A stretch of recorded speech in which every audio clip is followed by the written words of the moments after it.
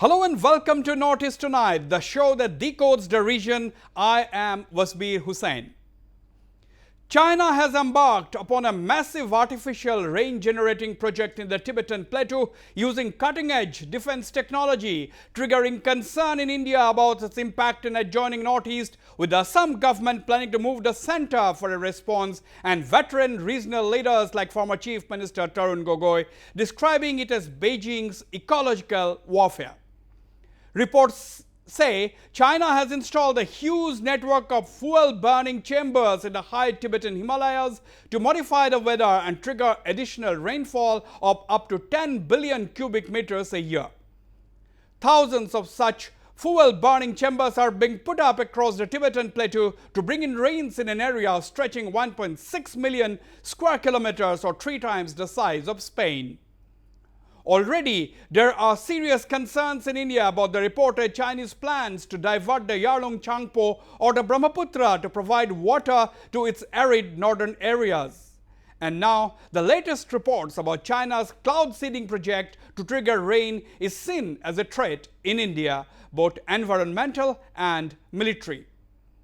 Before we begin the discussions on the possible implications of the Chinese rain project on Northeast India, let us take a listen to some of major reactions on our side. China is already playing with the nature. They are trying to divert Brahmaputra. They have done maximum damage to Brahmaputra ecosystem. Now in Tibet, they are taking another dangerous project, which will affect entire ecosystem of India. So it will affect Assam. It will affect all other riparian states. So we are very concerned about this. We'll take it up with the government of India, and we strongly urge Chinese authority not to play with nature, because nature will pay back very badly. Life and death का जो question है यही तो हो रहा है. तो आगे तो जो एक्शन नहीं लेगा, जो बाद में लेने से क्या फायदा होगा. तो हम चाहते हैं जल्दी से prime minister should take up with the leaping, जो उसका प्रेसिडेंट है उसका हम लेने को हम चाहते हैं. इमीडिएटली ले जाए. इंडिया का इंटरेस्ट का, हम लोग का इंटरेस्ट के, particularly हम लोग का नॉर्थ ईस्ट का इंटरेस्ट के लिए. You see, China is looking at this from its own perspective, where they're talking about huge figures of 6 to 10 billion cubic meters of water suddenly becoming available to the northern part of China, which is water starved, so I understand that. But it has a huge impact on India and certainly on the northeast. There are two things. One, the seeding which they're going to do is going to result in a lot of rainfall. And it is going to, as you know, that when it rains, temperatures get warmer. So the normal temperature in the high altitude area of Tibet, which is very, very low, it's in the minus 30s, it will increase, leading to an accelerated retreat of the glaciers. Secondly, with additional water flow, the glaciers will start melting in the stream itself, in their bed itself. So this will have its own consequences. For the northeast, the immediate impact will be an increased danger from flash floods and landslides, because that entire area is ecologically fairly new, it's not yet matured. And secondly, in course of time, the flow of water in the rivers, including the Brahmaputra, will reduce drastically.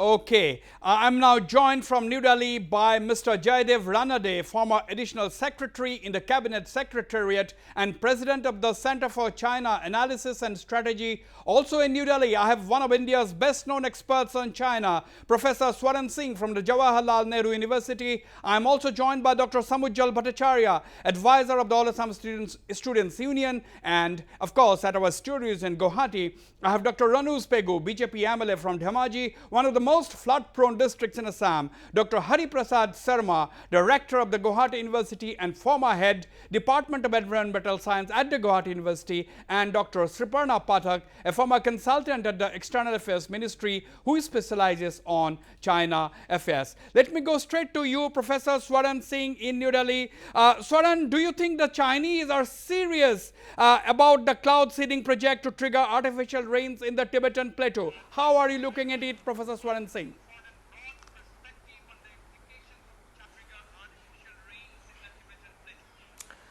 If there is any country in the world which is most serious about this cloud seeding technology, it is China. World Meteorological Organization believes there are about 55 countries that have this kind of program, but they are just mostly on paper. Including India, efforts have been made in India, in Karnataka, Andhra Pradesh, and other places, now recently in UP.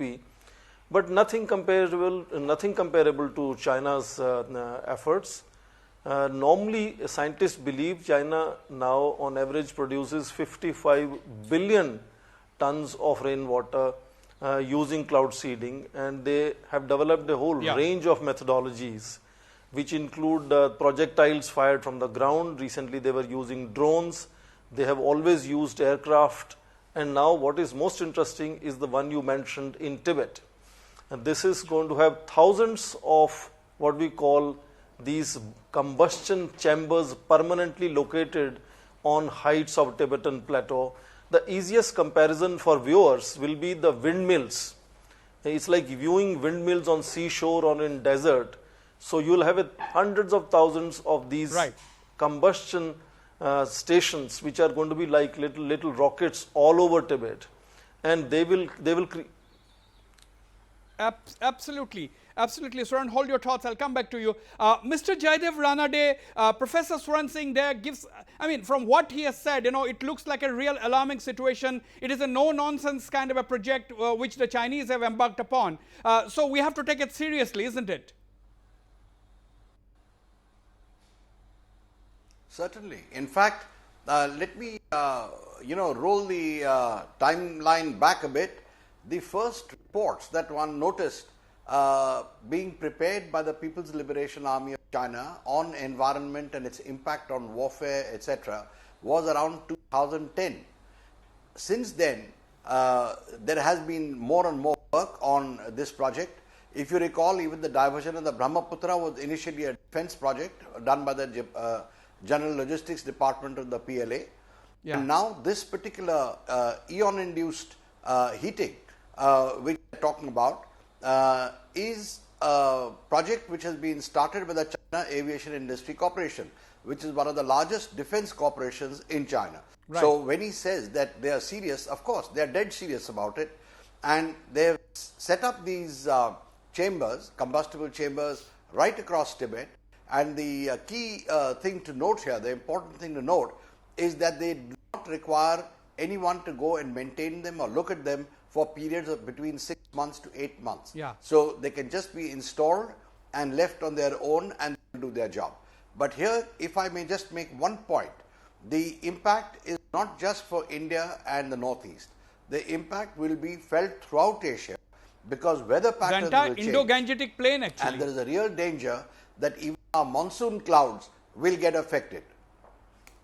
Absolutely, those are very, very critical points. The impact will not just be felt in Northeast India or India as a whole. Mr. Ranade is saying that impact will be felt in the entire Asia, particularly the Indo-Gangetic plain. Mr. Samujjal Bhattacharya, Dr. Samujjal Bhattacharya, how are you looking at it as the leader of an influential student organization in the Northeast? How are you looking at it? You have seen two experts basically giving us very, very clearly that these are very, very serious projects which the Chinese have embarked upon. Dr. Samujjal Bhattacharya. Yes, you are very much concerned about that news, and it's a duty of the government of India to put pressure on the Chinese government so that the flow of Brahmaputra cannot be stopped or cannot be disturbed. So it's the duty of the government of India to put pressure on the Chinese government. On the other hand, it's the duty of the Assam government also to put pressure on the government of India. So that government of India can act. We do not want any assurance, but we want action on the part of the government of India. Absolutely. Dr. Ranus Pegu, you have heard the two experts talking about the gravity of the situation. You have heard Dr. Samujjal Bhattacharya saying that it's the government of India has to respond, and the government of Assam, which belongs to your party, also has to act in terms of apprising the situation and putting pressure on the sort of central government. We have also seen earlier in the report Dr. Himanta Biswa Sharma, the cabinet minister, talking about the seriousness with which the Assam government is taking. What are your thoughts? Someone from representing the Dhemaji constituency, a flood-prone area, artificial rains can create havoc. I'm going to come to Dr. Hari Prasad Sharma and Sriparna Pathak, but before that, your thoughts as someone from ground zero. This is very dangerous situation. We have already experienced since China has started playing with the Yarlung Sangpo by constructing the Jangmu Dam, and since 2014 and 15, we are seeing very dangerous changes in the system of Brahmaputra river system. Yeah. First, we have this flash flood. We popularly call it China flood there. Then You call it China flood? We call it China flood because most of the people that talk about this water is not normal flood water. This is coming from China. Then last year, a few months back, we had the experience of this abnormal phenomenon of turbidity of Siang River. That was not a phenomenon lasting for 1 or 2 days. That continued for more than 15 days. So these are changes which are alarming, and we all know this is happening because of China's intervention on this Yarlung Sangpo River, that is Brahmaputra River. Now, on top of that, when we are hearing about this China, because we have been hearing since we know this 2008 China Olympic, since then we have been hearing about this cloud seeding. Now, if this really happens and they create artificial rain in a very big magnitude, then definitely it is going to affect India, going to affect Arunachal and Assam.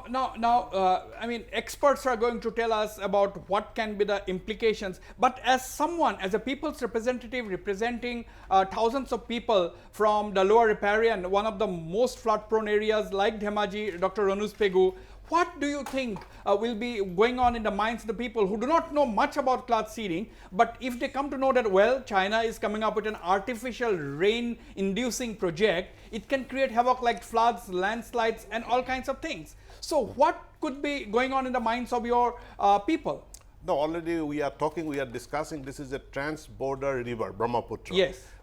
China, India, Bangladesh. Right. So definitely these three governments must sit together. But we have reports earlier that China is not always cooperating with this multilateral or the international agreements on sustainable management of the rivers originating in Tibet. Right. Now, Brahmaputra is one of the most important rivers originating in Tibet. So we must put pressure. You must put pressure, and you are saying on the program that there is need to put pressure. There is need for the government of Assam to act as well as the central government. Of course, that's proactively, act proactively. Act proactively. Dr. Sriparna Pathak, I mean, like, what could be the implications? What should be the government response? What do you think? Of course, both Professor Swaran Singh and Mr. Jaidev Ranade has said that the Chinese can be extremely serious, and this is a serious project. It's not one of those newspaper reports which can be ignored.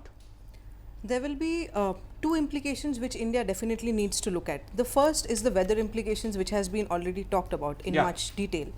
The second thing which I would want to focus on is the security aspect of it, because the chambers which will be burning the solid fuel and will be responsible for the cloud seeding, they also would be guided by 30 small weather satellites which would be monitoring real-time data of the monsoon winds in the Indian Ocean. Now, any such satellites or drones in the Indian Ocean, while the stated purpose might be for weather purposes, we actually do not know what purposes they might be used for. The second thing is that in the past, there have been examples, one example being the Vietnam War, when such natural calamities have been used by the US to deter its enemies in Vietnam. This could very well be used by China because right now, as we have seen last year in Doklam, currently there are some other build-ups which are happening. We do not have the best of relations currently. So this could be used as a security tool as well. Used as a security. I'll come to you, Dr. Hari Prasad Sharma. Mr. Ranade, not just environmental, it can have serious military implications. If you can control the weather, you can also use it on your adversaries, isn't it? Particularly if you are an upper riparian. Absolutely. In fact, as I mentioned to you, the first studies that we came across done by the Chinese military was in 2009-2010 on impact of weather and how to study the ecological aspects for betterment of their performance, for hampering their adversary. And with this new project, which is also, as I mentioned to you, it has been started by one of the major defense industries of China. So it's obvious that it has military intent, a military component. This also can hamper an adversary's not only military actions, but it can hamper the ecosystem, which is where the ability to interfere with monsoons can cause a lot of damage. Right. Don't forget that in the Indo-Gangetic Plain, rivers are glacier fed, so crores of people are going to be affected, and this is something that is going to affect even people in the Mekong River belt. Correct. Professor Swaran Singh, you have heard Mr. Ranade there is talking about environmental and military implications. So this is a mega project, and it's not just environmental, it can have serious military implications. Therefore, it is all the more necessary for India to come up with a good response. Professor Swaran Singh.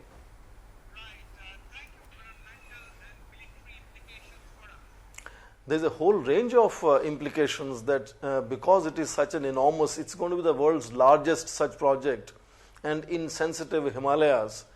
So it has multiple implications, and I think on top of it I will put the ethical implications, which is it is an effort to use a common resource. Now moisture in air is not an ownership divided on borders, and if China is trying to use what we call here a technology of cloud seeding, where they will be using silver iodide to project in terms of these microscopic crystals into moist air to create clouds and then generate rain from there. This would immediately, and scientists of Columbia University have already said, it will have impact on monsoon formation. Entire South Asia's livelihood depends on monsoons, and that is condensed air from Indian Ocean that sort of hits Himalayas, and then monsoon is created through that process. Okay. Now, if that moist air is going to be used by these projectiles located all over Tibet for Chinese benefits, it will have impact directly on India. But then there are also legal issues involved here, because right from 1940s this science has been under exploration, but there is no guarantee of both safety, efficiency, effectiveness of these technologies as of now. These are not certified world over. So there could be several other issues involved. Okay. Hold your thoughts there, Professor Swaran Singh. Dr. Hariprasad Sharma, I mean, you have been patiently hearing the entire conversation. What is your considered opinion at this point on the whole issue? It can have various kinds of implications. We as lower riparians, what should be the response? I mean, how worrisome is the development? Yes, my perception or my intervention will be something different. Let us first confirm whether they have used silver iodide as the cloud seeding, the chemical used, or potassium iodide or sodium chloride. But let me tell you, Dr. Sharma, they are planning to use silver iodide. Yeah. If silver iodide is generally it is used, silver iodide, though it is not so much harmful to the environment. But since the project has been done in a very massive way, so all chemicals, they have some impact on the environment. As per the reports received so far, the introduction of massive introduction of releasing or the utilizing silver iodide, it will retard the growth of the different algae, fungi, and it will affect the aquatic life, including the fish. So this is the first point of concern. in my opinion, what type of chemicals they have used in cloud seeding. It is not it is not confirmed what type of chemicals they yes. what type so of that is they are right. using. That is an extremely important point which Dr. Sharma is making. What type of chemicals the Chinese are actually going to use? But reports in reliable newspapers like the South China Morning Post say that the Chinese are planning to use silver iodide. We are not going to go deep into the technicalities, but yes, that is extremely important to see what kind of an impact it is going to have on the aquatic life, or for that matter, the ecology as such. But Dr. Samujjal Bhattacharjee, in that case, having heard the having heard several experts actually, not three, several experts, now I think the Assam government time to react, isn't it? It's not just saying that we'll take up the matter with the central government. We have to react. Dr. Samujjal Bhattacharjee. Right. We'll take up the measure. It is a statement we are hearing from all these governments.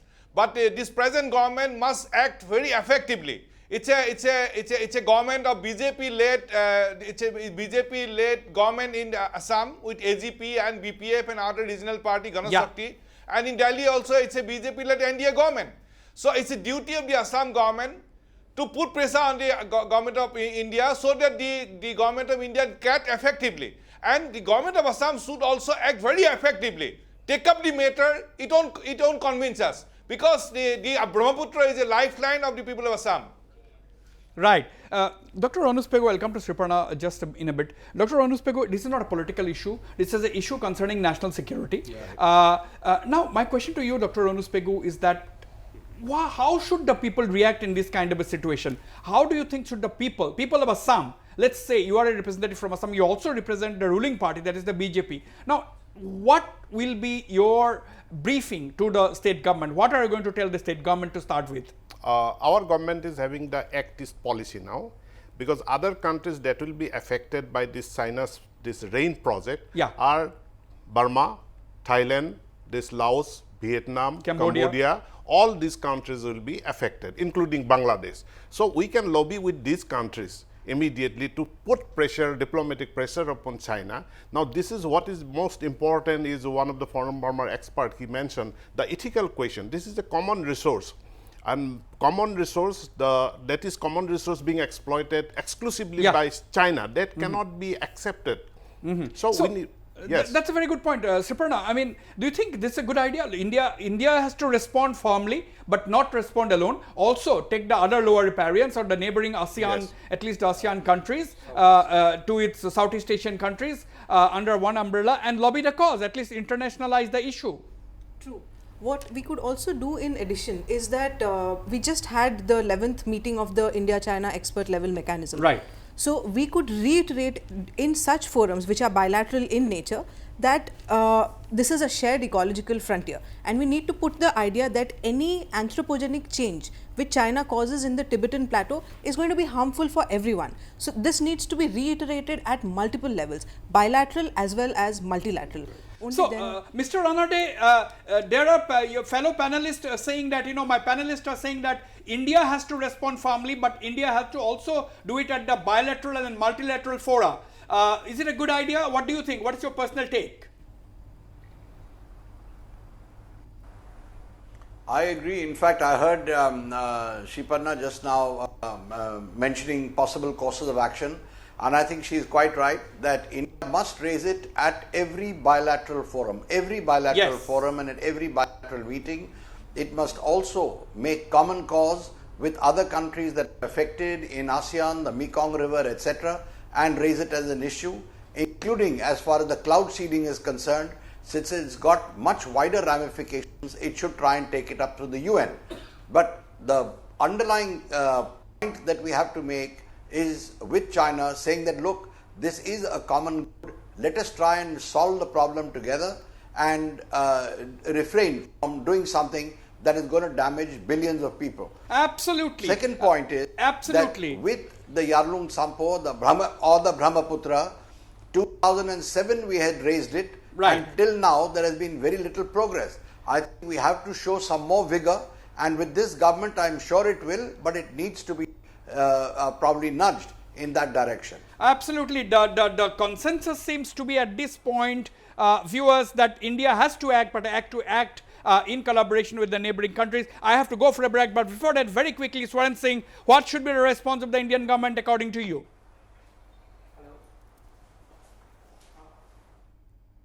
Swaran Singh.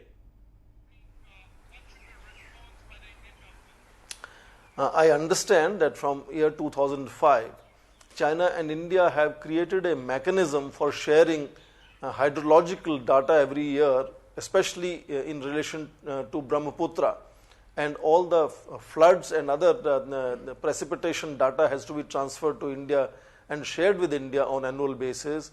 But for last more than 1 year, Chinese have been finding excuses of either these data centers being under maintenance, etc., which is completely false, because they are sharing same data with Bangladesh.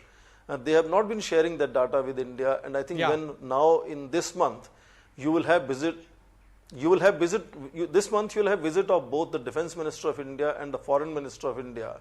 I think those are appropriate platforms to revive this mechanism for exchange of data, and also expand the domain of data sharing in that sense.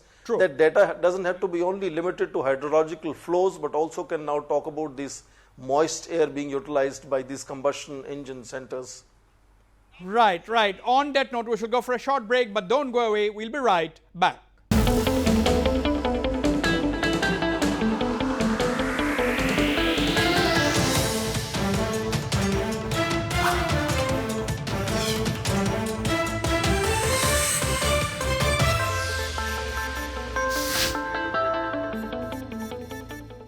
Welcome back. Mr. Samujjal Bhattacharya, the Chinese had earlier planned to divert the Brahmaputra. They have built several dams, and now they are talking about this rain seeding project or project to trigger artificial rains. Now the question is, tomorrow they are going to use all these elements to actually use it militarily against us.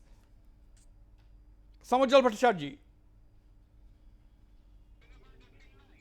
Yes, it may be because it's a question of security of the country also. Because the government of India, we have seen, they are not taking these issues very seriously. See, I would like to cite one example. See, when the people of Arunachal wants to visit China, they are not giving visa. The people of Arunachal is using staple visa. Why? Why this type of systems is going on? Why this government of India is not putting pressure on the Chinese government?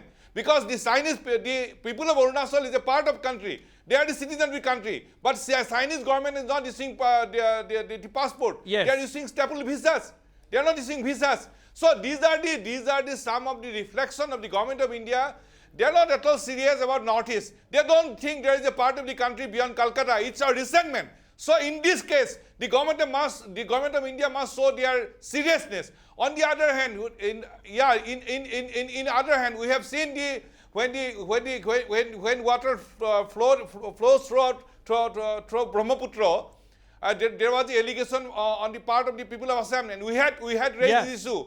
Why these debris are there in the water of Brahmaputra? You're talking about the Brahmaputra turning black. Yes.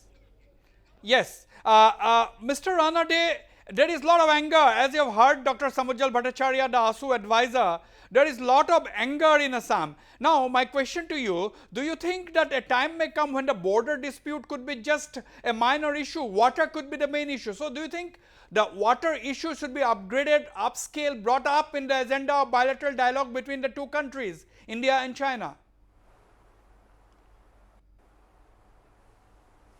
Well, let me just make a couple of points, Wasbir. Firstly, the issue of the Brahmaputra was raised for the first time with the Chinese president, who was at that time Hu Jintao, in 2007.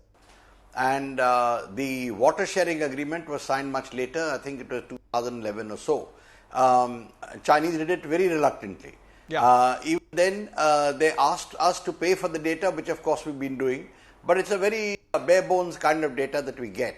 Secondly, as far as I mentioned, international laws are concerned, it's a bit grey. It's a bit of a grey area on all this, and therefore we have to take it up through other means.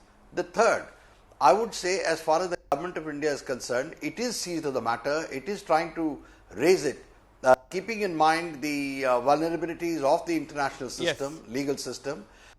They are trying to persuade the Chinese into doing something. I think that pressure needs to be increased. I certainly agree, but I would not agree that the Northeast is being neglected. I think just look at the amount of activity that has started in the Northeast in terms of road building, in terms of construction, in terms of building airfields. So all that has started, and I agree that it's late, but it's better late than never. I think it is going on. Absolutely. And as far as water and the cloud seeding is concerned, it's going to hit the entire Indo-Gangetic belt, which is in fact a heartland of India, along with the Northeast. So the entire belt is going to be affected. It cannot afford to be neglected. Absolutely. I'm going to ask this to academics. Dr. Hariprasad Sharma first. Do you think the scientific community should now come up with a study, even if hypothetical, come up with a study on the possible impact on the environment and ecology if this kind of a project is actually implemented full scale by the Chinese as they are planning to do? And we should not, of course, doubt, as Swaran Singh said,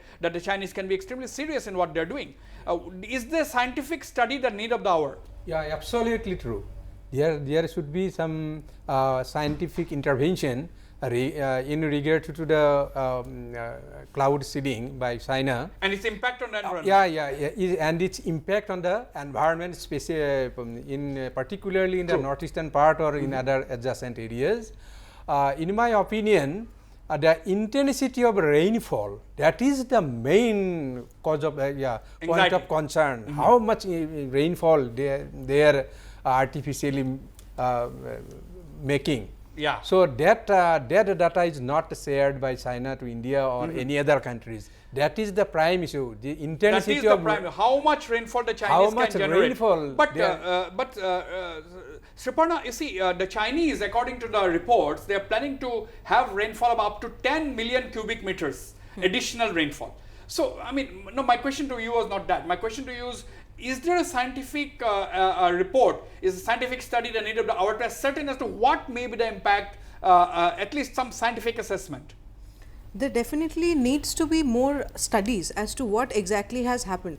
This is not the first time which China is doing cloud seeding. For example, last year they had said that in the western provinces, 5 provinces, Kansu, Inner Mongolia included, the driest provinces, they had said that they're going to do something of this sort, like cloud seeding, and they had spent about 168 million US dollars on it. However, last year there was also a report that droughts were maximum in Inner Mongolia. So what exactly has been the effect of it? Like, is it producing results? Is it not producing results? So that is something we need to understand. Secondly, they have a dedicated office, Beijing Meteorological Office, which looks into cloud seeding. So we need to understand how does it function, how many people does it employ, what exactly are the activities. We need to ascertain those facts.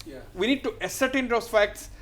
We have to either through diplomatic channels or through whatever means we need to ascertain those facts. Ranus Pegu, you see, these are very critical points which are emerging. Now, suddenly, a couple of years ago, 2 years ago, you found the Siang going dry in Pasighat.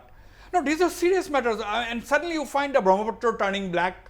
I mean, what is going on? I mean, now don't you think that the entire northeastern state governments must get together? It's not at all a party issue. I am not bothered whether it is BJP or Congress, but don't you think that it is the entire state governments in the northeast should sit together and come up with a strategy and then go together to the center and talk about this? At least the discourse, bring it to the national discourse. I'm not saying that the government is not discussing this. I'm talking to the public. I'm talking about the public discourse. Yes, we are already discussing these matters even at the government level and at the social level, civil society level also. There is discourses going on to develop a common strategy for the entire Northeast so that we can approach with a single demand, single thing with the central government. And this is happening. And I have one serious concern. Apart from the threat of flood, there is threat of drought as well. Because of this cloud seeding, because they will be inducing rain there, that means they will take away, they will hijack, they will induce precipitation of the thing, which then they will be depriving rain elsewhere. So the northeast or some other front. The reverse could also be true, Yes. because to what extent their technology will be absolutely accurate. They might be trying to trigger rain in the Tibetan plateau, but there could be extremely heavy showers in Arunachal or even in Assam. Then what happens? Then there may be drought. We will be deprived from rain. Either way. Then, yeah, either way. Yeah. So we have that both way we are under threat. So the matter is very serious, and primarily we have a concern for this. We have heard that the China is planning the biggest ever dam, construction of the biggest dam on Sangpo, that is on the Great Bend. That is, they are planning 38,000 megawatt. Their Three Gorges dam is 18,000. It's more than the double of the Three Gorges dam. So couple with all these taking together, this is a very serious threat. Issue. Extremely serious issue. Swaran Singh, need to upscale or upgrade this water issue in the bilateral dialogue. I was asking this question just a little while ago to Mr. Jaidev Ranade. Swaran Singh, what do you think? Need to upscale, upgrade water issue, bring it high on the agenda of talks between India and China?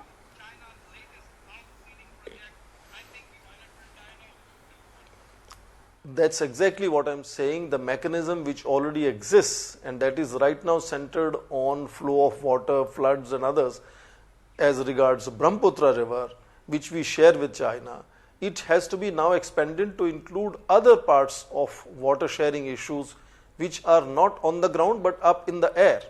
So that is also a common resource, and Chinese cannot extract entire that resource to use it for their benefit, and it will in long run also is likely to have impact on aquatic ecosystems. Yeah. It is believed to be safe for humans as of now, but long-term studies will show that it will have impact on aquatic ecosystems and of course environment, which is very fragile in this region. The whole construction of these are like small rocket machines which are going to be multi-storied metal structures to be located all over Tibet in thousands. So this is going to be also, aesthetically, I don't know if it will be looking ugly. It will be economically also, it's not sure whether there's a direct correlation.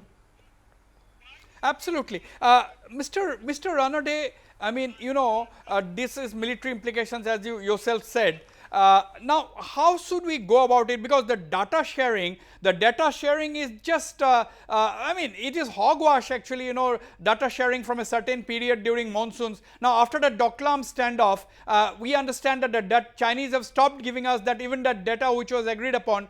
There is no water treaty between the two countries. The Chinese have total control over the 11 rivers that flow out of China. So, I mean, we are at a very, very difficult situation.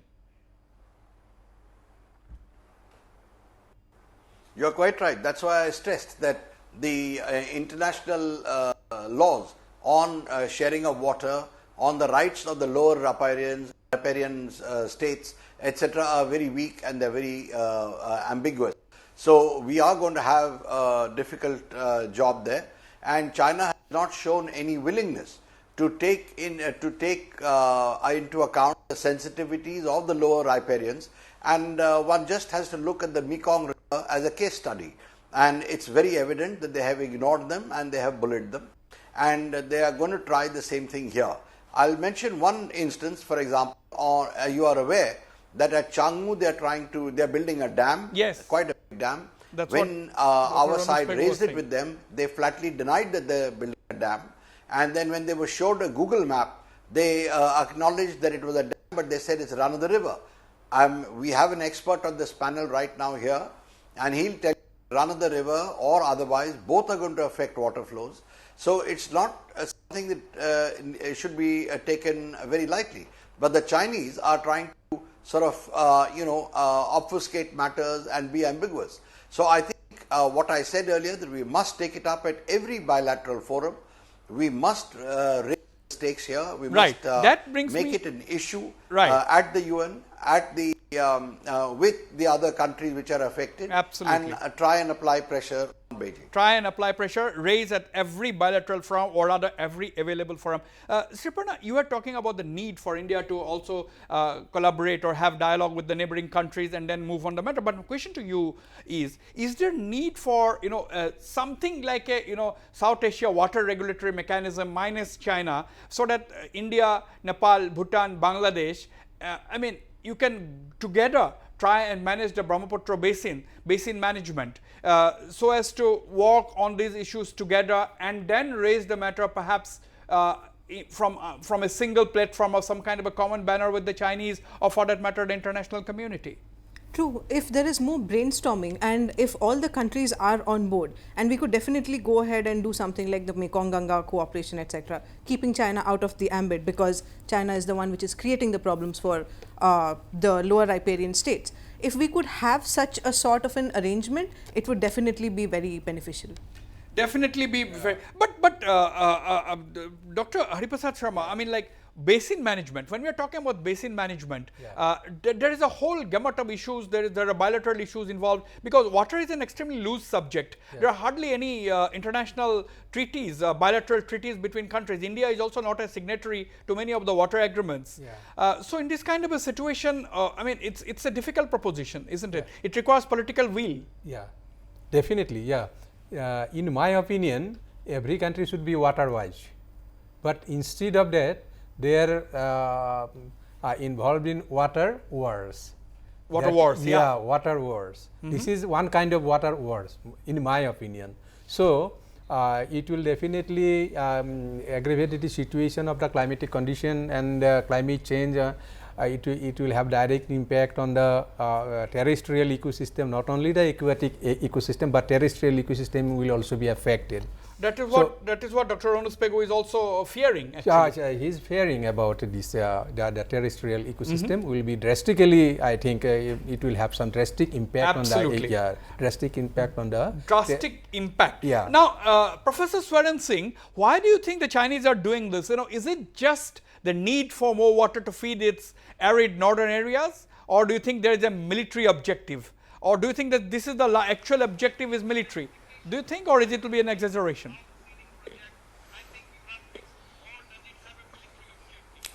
You have hit it on the nail, as you said right now, Wasbir. It is primarily supposed to be a manipulation of the water systems up in the air, but it potentially could have direct implications for military conflict as well, because same technology can potentially trigger not just floods and drought, but even tornadoes. So in that sense, there is a military implications, and the connect with military is very strong, because this is fundamentally rocket firing technologies which are being used, and solid fuel which is used for launching missiles is the one which is going to be used here to create what I said are iodine crystals which are going to be ejected or injected into the sky to turn that moisture of air into clouds and then to have rain. So it's fundamentally a close connect with military technologies, and has implications in terms of conflict situation and then creating havoc in the enemy country. Havoc. So Dr. Samujjal Bhattacharjee, you have heard this. I mean, it is trying to manipulate climate, manipulate the weather to use it militarily, to the military advantage, or use it against the adversary. It can create not just floods and drought, it can also create tornadoes. This is quite an alarming situation. Now, what should India do? Raise this issue high up, bring it top of the agenda during bilateral discussions, and try to forget about the border, keep it in the back burner at least? Dr. Samujjal Bhattacharjee? Right, 100%. Water is a very important issue. Two things. Debris were there in Brahmaputra. Why? From where? It was not yet declared by the government of India. It is not transparent. It's very serious issue. And we have seen the articles and the comments of the scientists that there is water logging in China, so there may be havoc. It's a very important thing. I'd like to take the opportunity of your show. Why the central government is not transparent about that debris carrying by Brahmaputra? From where it has come? It should be clarified. It should be transparent. The Assam government also should put pressure on the central government effectively. On the other hand, that you have said that the present project adopted by Chinese government, the government of India must put pressure on the Chinese government. There must be bilateral talk on water. Okay, Ronus Pegu. He's basically talking about the debris in the Brahmaputra. Basically, he's talking about the Brahmaputra turning turbid or turning black a couple of months ago. Now, we really, he's right actually, Dr. Samudra Bhattacharya is right. We don't yet have a very clear-cut report as to what had actually triggered that phenomena. The Brahmaputra waters getting black or becoming extremely turbid. So don't you think the people of Assam, the people of Northeast or the people of the country needs a clear clarification from the competent authorities in the government? Yes, right. And we suspect that there is intervention. There must be some construction work going on in the Sangpur River, the dam construction. And it is because of the dam construction there was this debris has come via the Siang River. So government of India must take up this matter in the bilateral discussion Now, can with I ask China. you a specific question? As an MLA belonging to the ruling party from a very critical area, Dr. Ronus Pegu, are you going to, in your individual capacity, we are not concerned about what happens, but are you going to take it up with the Assam government formally? No, Assam government has already taken up the issue. Right from this Brahmaputra water turning black or the turbidity rising, from that day onward, the government of Assam is very proactive. So they are taking up the matter with the central government, but of course we have not yet got the result from the China because we cannot directly access what is actually happening there. Dr. Sriparna Pathak, how important is it for common people, academia, scientific community to get clear answers on these issues? It is very important. Also, what we could do is that we could not just have track 2 level dialogues, we could also have track 3 level conferences, etc., so as to build more knowledge and more consciousness on what exactly is happening, how it could impact India, and what could be the future steps. Who do you emphasize in this track 3 level in the Northeast Indian context? Academicians mostly, I would say, because if you take academicians from different spheres, maybe geology, maybe environment, maybe political science, yeah, it would help in gathering a better, whole bunch of ideas as to what could be the way ahead. So we could have such conferences, we could have such brainstorming sessions. Right. Mr. Ranade, I mean, how important, I need your views because you have been a veteran in this field. How important it is for us to get answers to such questions? Why did the Siang suddenly gone dry one fine day? Why did the Brahmaputra water become turbid or become black overnight and then again become okay? I mean, how important is it to get answers to some of these questions? I think it's very important because what has been happening is that politics have also intervened, emotions have come into it, and therefore the picture is getting cloudy. The first thing is that we need to undertake studies of our own as to what, and I think you mentioned it very correctly, that first study we need on our own is what is the impact of each of these projects. Secondly, why does this happen in the Brahmaputra? Why did it become turbid? Why were the problems of decreased flow of water? And this can be done. The first step we need to do is set up our own water monitoring stations. Why haven't we done it? Why are we dependent on the Chinese? If at the source where the Brahmaputra enters India, we set up these water monitoring stations, we can easily collect the data on our own. And I think that is the first step. Second is let our specialists, we have a lot of water specialists here, let them do these studies. And then we can take it up with other countries, including with China, that brings some me, solid data. That brings me to the question, Mr. Ranade, about having interaction at the, that brings me to the question, Mr. Ranade. We have the Ganga mission, crores of rupees pumped into that, but we have here a much more strategic river, that is the Brahmaputra. Do you think, there should be a Brahmaputra mission as well, with no dearth of funds, so that you can examine, you can study, you can have serious studies on any aspect of the river?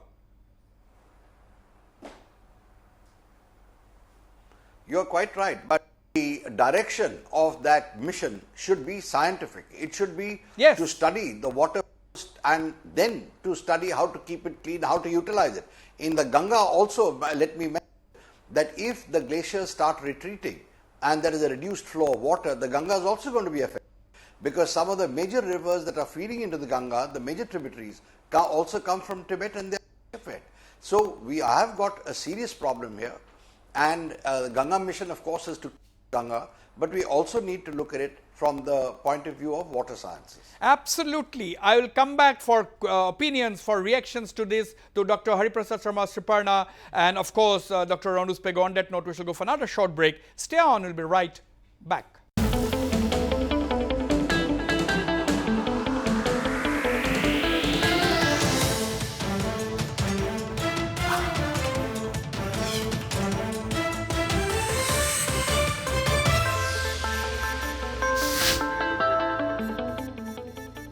Welcome back. Professor Swaran Singh, if India were to raise the issue with Beijing, what do you think, can we hope for an acceptable response from China? A hypothetical question, of course.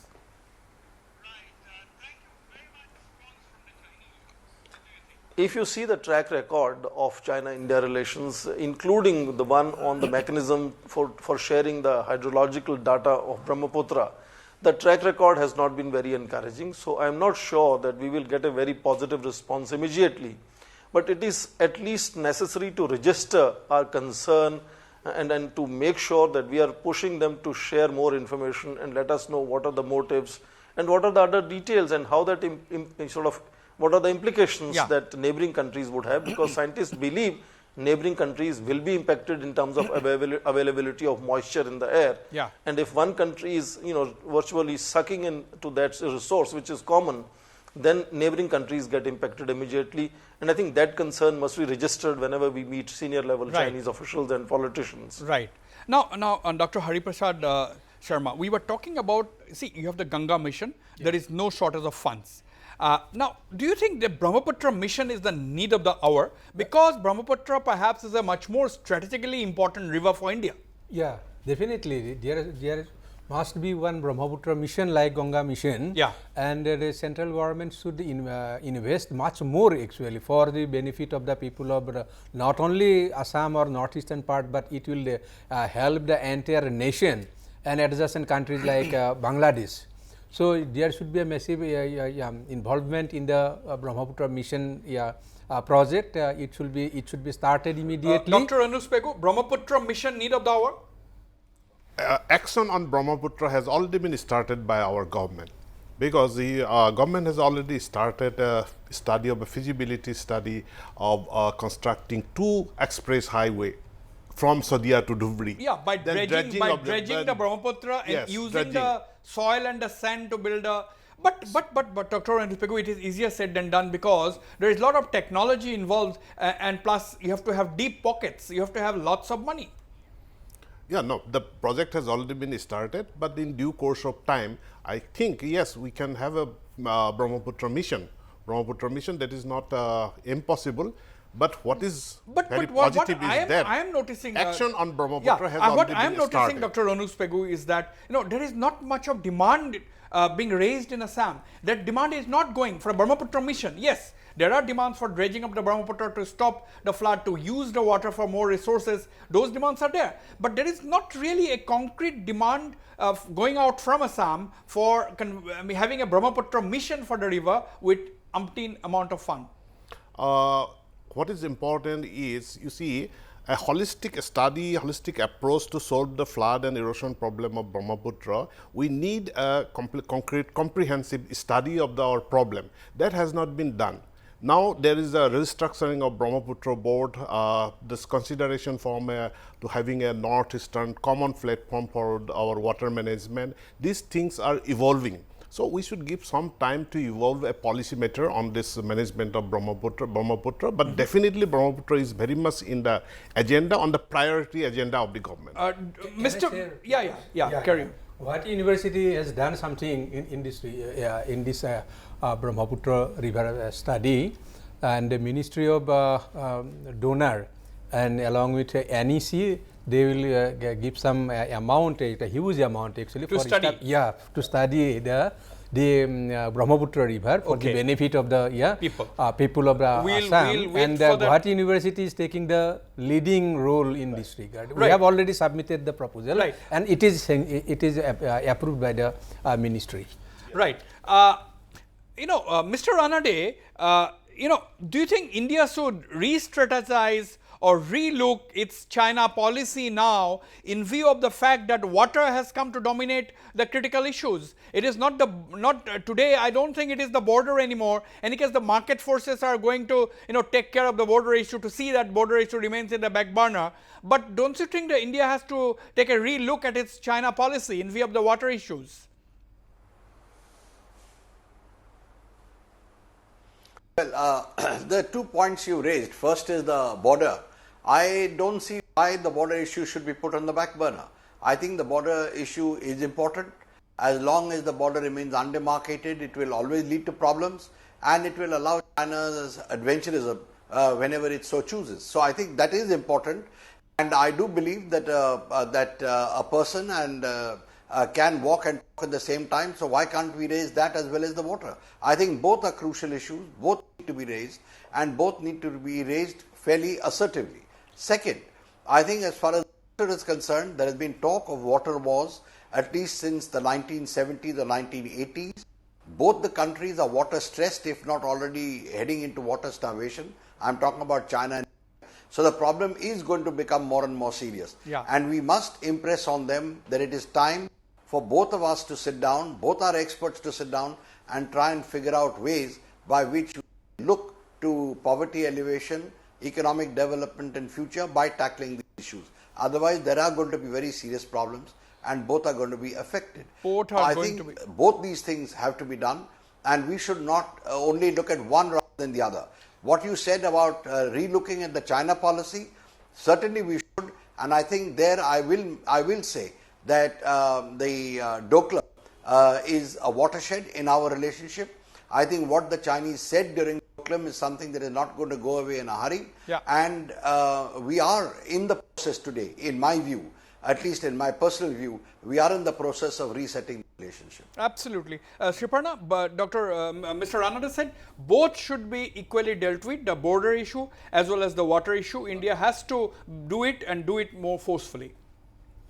I would agree with Mr. Ranade because the boundary issue is such that it cannot be done away with. The 21st century, in fact, the Westphalian system is based on boundaries. So we can't really let go of the boundary dispute completely. And it's just been there for a very long time. India and Bhutan are the only two countries with which China has not settled its borders. Yeah. And if we let go of it, probably it will never get settled. But I do agree that the water issue is very important. And since water is necessary for life, for any form of life, it has to be brought up on the agenda. So both of these issues have to be discussed at an equal par. Both of these have to be on the agenda. One cannot be over the other. Both of these are extremely important for our nation's sovereignty as well as for our existence. So both of these have to be discussed. Now, I'll come to you, Mr. Onuspegu, Dr. Onuspegu, I'll come to you. Mr. Ranade, I was just I was interviewing Mr. Lobsang Sangye, the head of the Tibetan administration or the Tibetan Prime Minister in exile, whatever you would call it. Lobsang Sangye, he was saying that Tibet is a low-hanging fruit, with Xi Jinping having absolute power of almost being elected president for life. He really, if he wants, he can do it. And do you think this is the best time for India to actually take up the matter with the Chinese and settle perhaps the border dispute to start with? I think the point that everyone is missing is that it is up to Xi Jinping to decide whether he wants to take the first step. India is willing. India has been saying right from the beginning, let's settle the border. In fact, our Prime Minister Modi, the first item that he raises whenever he meets him is let's settle the border. And it is Xi Jinping who has now pushed it, saying that it will be settled by the following generations. So Xi Jinping is powerful, he can do it, but let's not forget there are a couple of other points that we conveniently overlook. When Mao Zedong was around, he did say that Tibet is the palm of the hand. If Tibet is the palm of the hand of China, then there are 5 fingers also that we had to take. And he looked at Ladakh, he looked at Nepal, he looked at Bhutan, he looked at Sikkim as he called it then, Arunachal Pradesh. So he is systematically moving on those lines. And so I would say that let's look at both sides of the coin. Right. And when we say that Xi Jinping is strong and he can settle the border, well, I'm certain he can. So let him take the first steps. He'll find India more than willing. Absolutely. I think we have to continue with our pressure. We have to continue with our diplomacy to get things moving at least, and emerge from the status quoist situation and move towards a solution. Samujjal Bhattacharjee, I mean, what is the role of the people in the entire northeastern region? Do you think the state governments also have a responsibility, not just in Assam but the entire northeast, to create some kind of a public awareness so as to impress upon the center to act fast and respond to this kind of a situation? 100%. We'd like to appeal to all the honorable Chief Minister of Northeast. They should act unitedly, because it's a threat to the civilization of the northeastern people. It's a threat to the security of the country. So we'd like to appeal to all the honorable Chief Minister of 7 states. They should move effectively so that the central government can put pressure on the Chinese government. It's very serious. It's a point of very serious concern. It's a civilizational issue, Dr. Anuspego Pego. That's the word used by Samujjal Bhattacharjee. It's a civilizational issue. It's an issue concerning the existence of the civilization in this part of the country. So it's a serious matter. He's very much right. And so I would like to appeal all the student and youth organizations, other civil society organizations, our academia intellectuals to come together, discuss this issue and have a common opinion, have a common charter of action, and accordingly approach the government of India unitedly.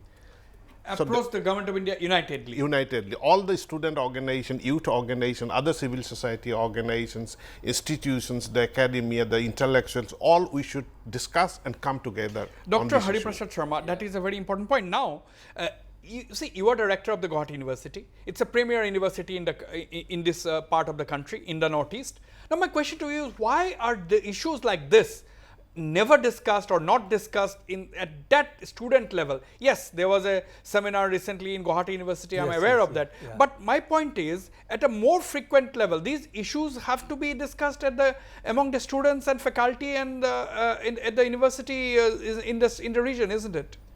Yeah, absolutely right. Guwahati University should take the lead. Yes. Already in last month we have organized one seminar on conclave on Brahmaputra issues, and so many experts from different parts of our country they took part in that very fruitful discussion, and outcome is very, very exciting. And yeah, but one-off. It was a one-off kind of a seminar. But this should be a continuous process. Siparna.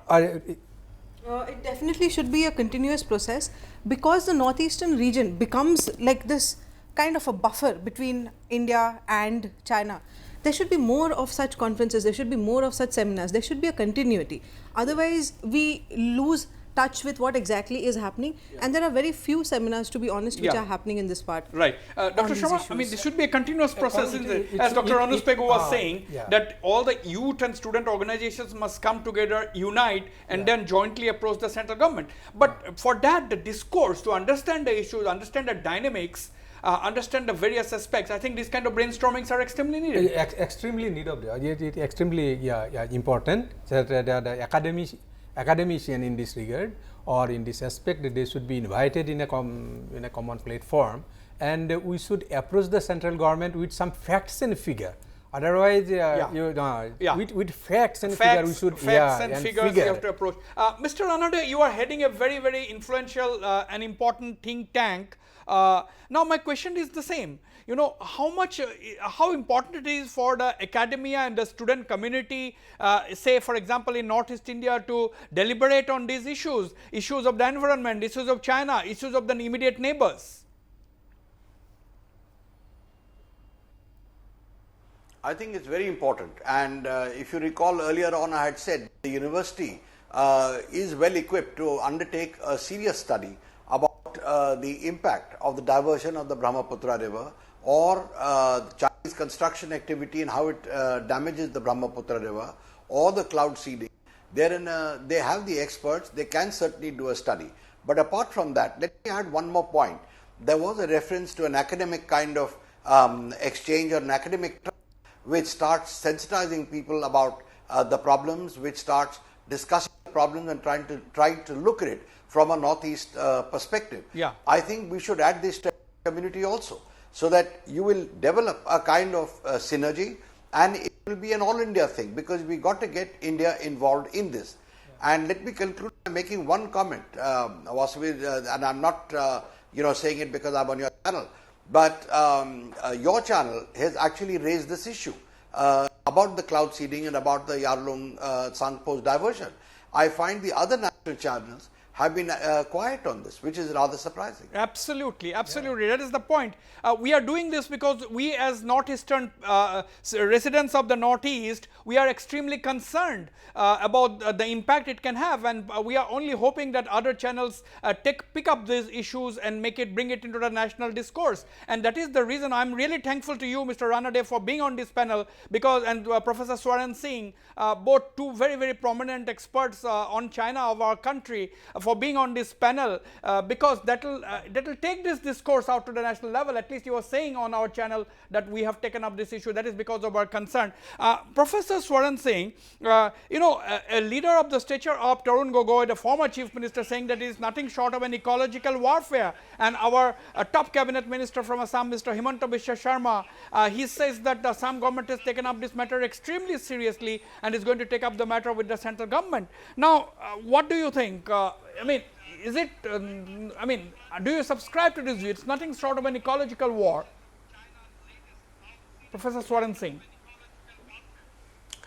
I wouldn't literally go to that extent, because program at this stage is nascent. It is still in the making. There could be several hurdles for Chinese themselves in making it effective. As I said, the scientists believe there is no direct correlation to these technologies directly producing rain. They do enhance the precipitation for sure, but whether economically this is cost effective, whether it is scientifically really effective in terms of being safe and efficient, and then of course in so many other areas of what impact it has to the local Himalayas, as we say, fragile environments. Chinese will have their own set of challenges to it, but potentially yes, it will have a military implication, and it could be used in conflict scenarios against India. India is at this stage only thinking of making hospitals, reinforcing deployments on the border, or creating some more roads very, very slowly.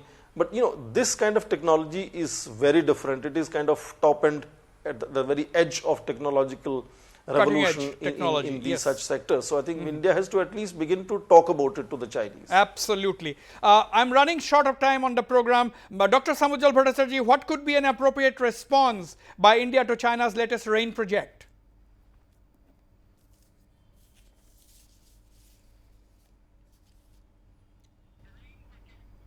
See, the flow of river must not be stopped at any cost. It's a threat to the civilization of the people of Assam and Northeast. It's a very serious thing. So the government of India must act upon, and there must be a bilateral talk with Chinese government, and the Assam government and Northeast, all the governments of Northeast, they should put pressure on the central government, so that the central government should not act like that there is not a part of country beyond Calcutta. They are saying the Austal Laksi is in Northeast. So they should show their action, throw their appropriate steps with the Chinese government. So action, time to act. Dr. Siparna Pathak, your last words. We should definitely be on a watch out for what exactly is going to happen. We need to start conducting studies of our own as to what is going to happen, because it's always better to be safe than to be sorry. Absolutely. Dr. Sharma? Yeah, definitely we should make some awareness campaign actually amongst the different sections of the society, so that the problem can be explained in the right way to the public and the common citizen. Absolutely. Dr. Nuspegu, your last words? I'm happy that the government is very serious, taking it very seriously on the appropriate level, because right now it is at a very nascent stage. We will be observing, we will be watching, and in the meantime, the government of Assam and government of India will take up the matter very seriously. I am hopeful about that. Absolutely. Absolutely. On that note, we have to come to the conclusion that this is an extremely serious issue, need for scientific studies on our part, need to create awareness, and of course need to mount pressure on the government of India. Not that the government of India is not doing anything, but we have to tell the government of India from the northeast that we are really concerned about this situation. I'd like to thank all my panelists, Mr. Jaydev Ranade in New Delhi, Professor Swaran Singh, Dr. Samujjal Bhattacharya, Dr. Ranus Pegu, Dr. Siparna Pathak, and of course Dr. Hari Prasad Sharma. On that note, we end this edition of Northeast Tonight. Good night and goodbye.